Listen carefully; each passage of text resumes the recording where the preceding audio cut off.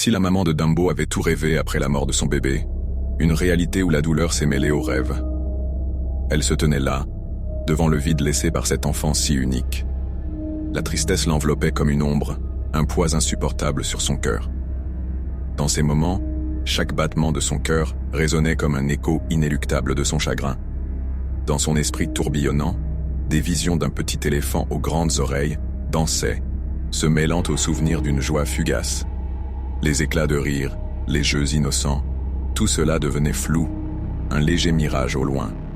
Les couleurs vives de son souvenir s'effaçaient, laissant place à une mélancolie sourde.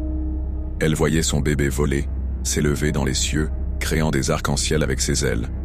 Chaque rêve était un refuge, une échappatoire où la peine se transmettait en légèreté, mais le réveil la ramenait brutalement à la réalité. Elle se battait contre les larmes, luttant pour garder son esprit concentré sur ces instants fugaces et précieux.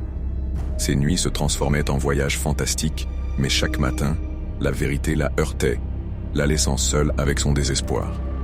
Elle serrait son cœur, éveillant la douleur pour se rappeler que chaque rêve de bonheur était une réminiscence de l'amour qu'elle avait perdu.